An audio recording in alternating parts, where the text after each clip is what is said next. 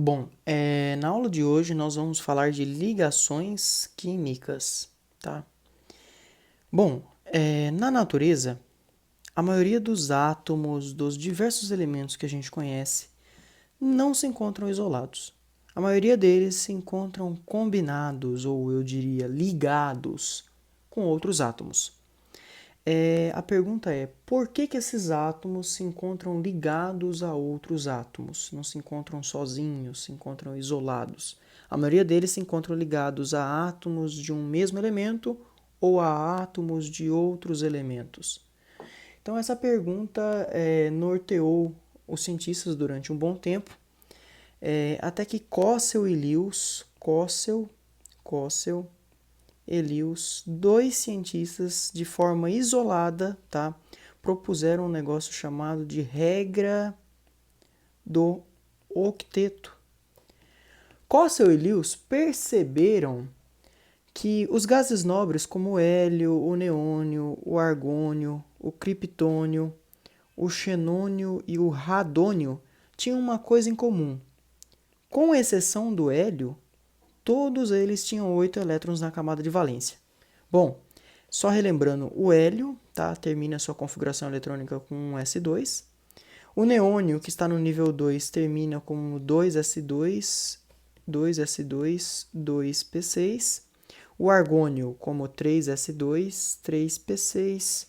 O criptônio como 4S2, 4P6. O xenônio como 5S2, 5P6.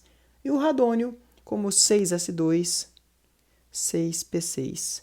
Então, no nível de valência, todos os gases nobres têm 8 elétrons de valência, com exceção do nosso amiguinho hélio. Isso levou, então, Cossel e Lewis a proporem a regra do octeto. Os átomos devem ganhar ou perder elétrons a fim de ficar com 8 elétrons na camada de valência e, assim sendo, adquirirem configuração eletrônica parecida com a de um gás nobre. Portanto, se eles tiverem configuração eletrônica parecida à de um gás nobre, eles vão ter estabilidade. Então, a ideia de Cossel e Lewis é que, com 8 elétrons de valência, os átomos adquirirão estabilidade. Embora há muito tempo isso norteie o estudo das ligações químicas, tá? A gente sabe que hoje não é exatamente assim. O que explica a estabilidade de uma determinada espécie é o quanto de energia ela tem, tá? A gente tem que lembrar que quanto menos energia eu tiver, mais estável ou maior será a minha estabilidade, ok? Porém, a regra do octeto é o que norteia nossos estudos aqui em ligações químicas, tá? E a gente não vai descartá-la, desprezá-la, tá bom? Ela vai nortear os nossos estudos, embora ela tenha sérias exceções e ela não seja respeitada sempre, ela é o nosso norte, tá bom?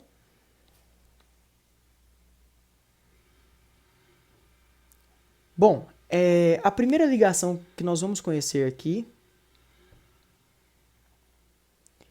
Bom, a primeira ligação que nós vamos conhecer aqui é a ligação iônica. A ligação iônica, ela vai acontecer entre átomos de metais, tá?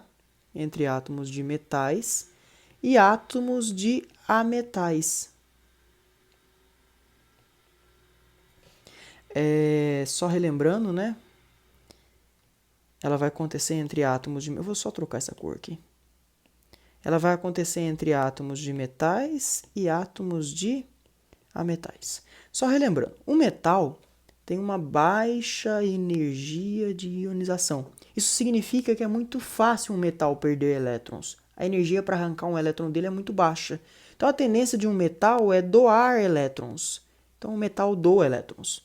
Por outro lado, um ametal tem uma elevada afinidade eletrônica. Isso significa que o ametal tem uma facilidade muito grande em receber elétrons, Então, o metal que doa elétrons se torna um cátion. O ametal que ganha elétrons ou que recebe elétrons vai se tornar um ânion. A ligação iônica, então, vai se estabelecer entre cátions de metais e ânions de ametais, tá bom?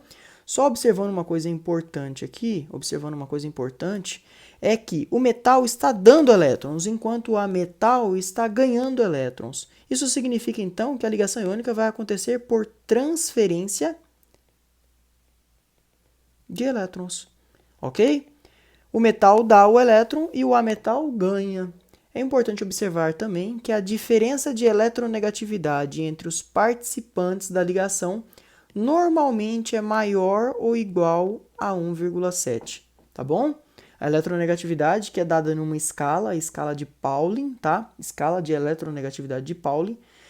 Se você pegar a diferença de eletronegatividade entre os participantes da ligação, normalmente na ligação iônica ela se dá quando essa diferença é maior ou igual a 1,7.